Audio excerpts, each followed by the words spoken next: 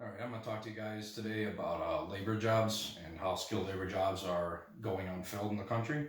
Everyone's heard about labor strikes, the female shirtwaist makers in New York, which happened due to terrible working conditions and the mistreatment of workers and workers' rights. Um, so this affects all of us, could cost us our jobs. We've seen people out there protesting, striking because of bad working conditions or whatever it may be. So we need to take training people to be skilled laborers very seriously. Um, with everything that's going on right now, from automation to AI, this and that could cost us our jobs. So here's a couple of reasons why we need to do this.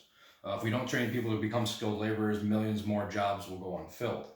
Right now, we have millions of unskilled laborers working skilled laborers' jobs, and millions of other skilled laborers' jobs unfilled, and that's due to people retiring.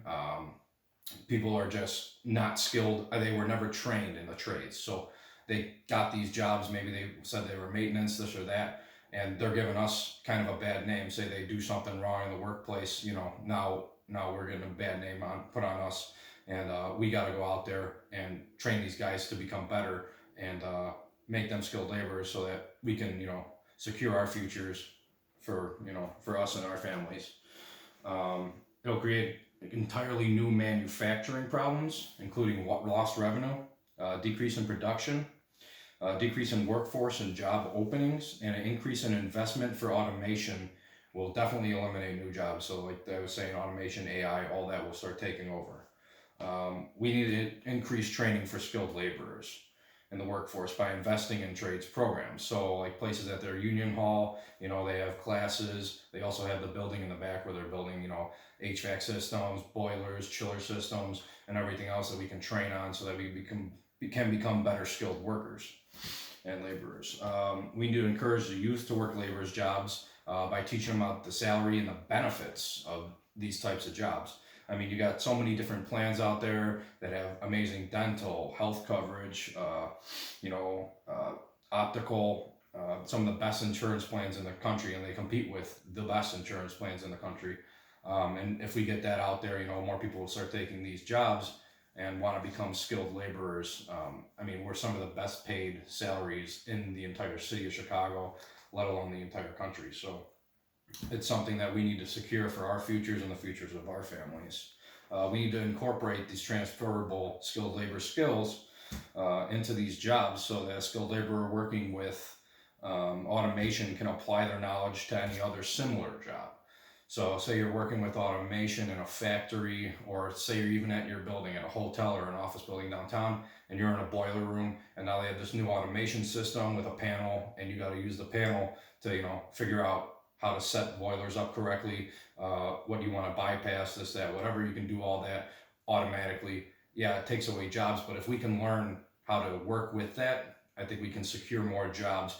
And if we become professionals at operating these kinds of machines, we can also secure more skilled laborers' jobs.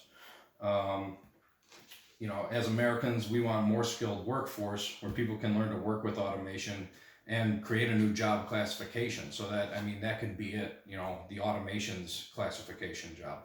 Instead of just being guys who work on, straight pipe, working on chillers and boilers and anything else that doesn't have an automation system and not even like a BAS. There's things like that. We can expand, we can grow, we can, get more skilled laborers jobs out there for filling these positions with robotics, AI, automations. Good thing. We know this can work because we've seen it before.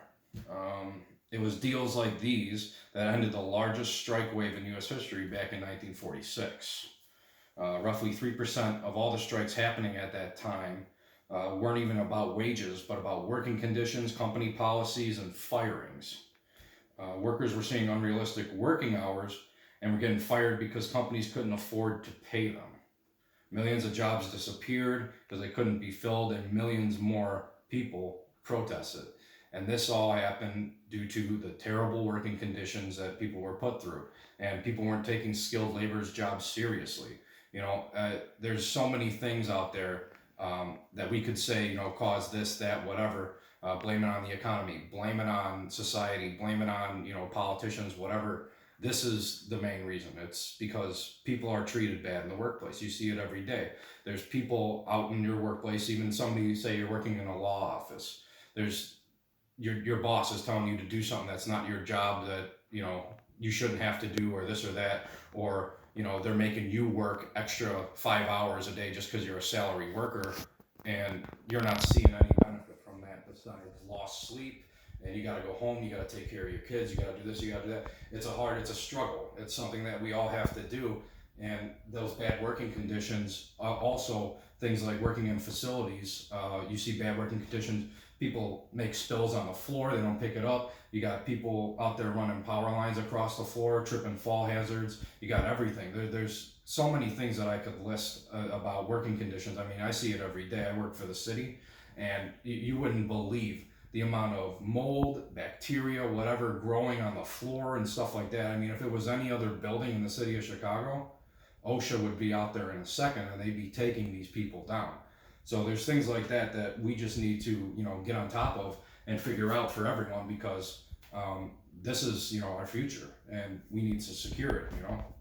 So solving this problem will ensure we have a flourishing economy, more value put back into our society, and a less robotic way of life and manufacturing.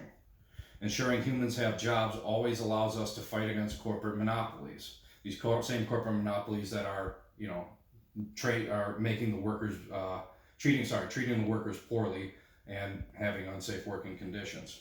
Without jobs, our bargaining chips are just completely gone. So we need to secure these jobs, because if we don't have them and we don't take their skilled labor jobs seriously, how are we going to have any kind of bargaining chips? How are we going to get our benefits? How are we going to bargain for better salaries, better wages? It's not possible.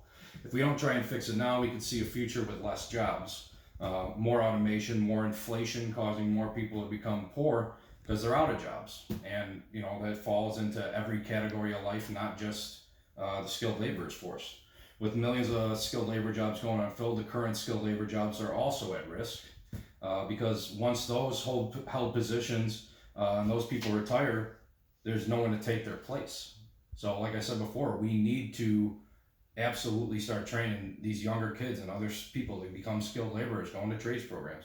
So to help ensure we keep millions of jobs and millions of people from going out of work, look into things like volunteering politically, phone banking, spreading support, putting up signs at your house during an election, anything like that, because we need to get this union backed, and we need our skilled labor force to grow. Thank you, guys. Good job.